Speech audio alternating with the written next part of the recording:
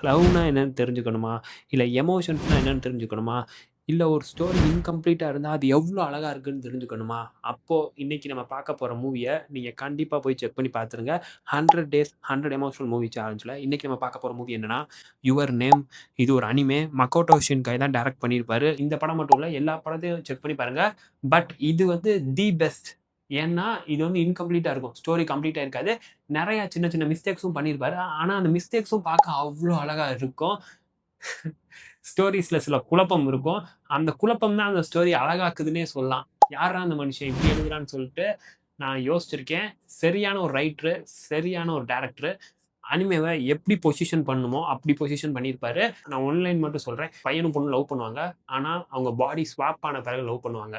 இதே புதுசா இருக்குல்ல. இன்னும் நெறைய புதுசா இருக்கும் இதுல. நீங்க எந்தெந்த இடத்துலலாம் அழுவீங்கன்னு சொல்லிட்டு நான் கெஸ் பண்ணவா?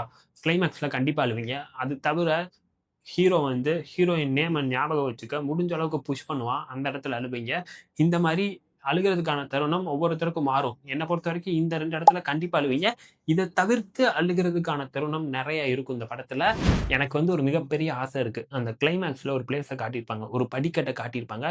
அந்த இடத்துக்கு நான் சாகுறக்குள்ள போணும். ஜப்பான் போய் சுத்தி பார்க்கணும். ஆசை தீர சுத்தி பார்க்கணுங்கிறது என்னோட வாழ்நாள் கனவு. அதையும் தாண்டி அந்த படிக்கட்ட போய் ஒரு தடவையாவது பாத்தரணும். டோக்கியோல தான் இருக்கு அந்த படிக்கட்டு. அத போய் ஒரு தடவையாவது பாத்தரணுங்கிறது என்னோட மிகப்பெரிய ஆசை.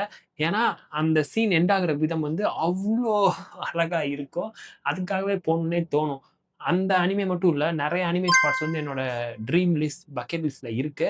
பட் இது வந்து எப்பயுமே டாப் ஆஃப் த லிஸ்ட்ல இருக்கும். நீங்க செக் பண்ணி பாருங்க அந்த கிளைமாக்ஸ. உங்களுக்கும் போணும்னு கூட ஆசை இருக்கலாம். அந்த பிளேஸ் வந்து அந்த அனிமே வந்த பிறகு செம வைரல் ஆயிருச்சு. டூரிஸ்ட் ஸ்பாட்டாவே மாறிருச்சு. ஒரு சின்ன தெரு தான். ஒரு படிக்கட்டு ஏறி இறங்குற மாரி தான் இருக்கும் அந்த தெரு.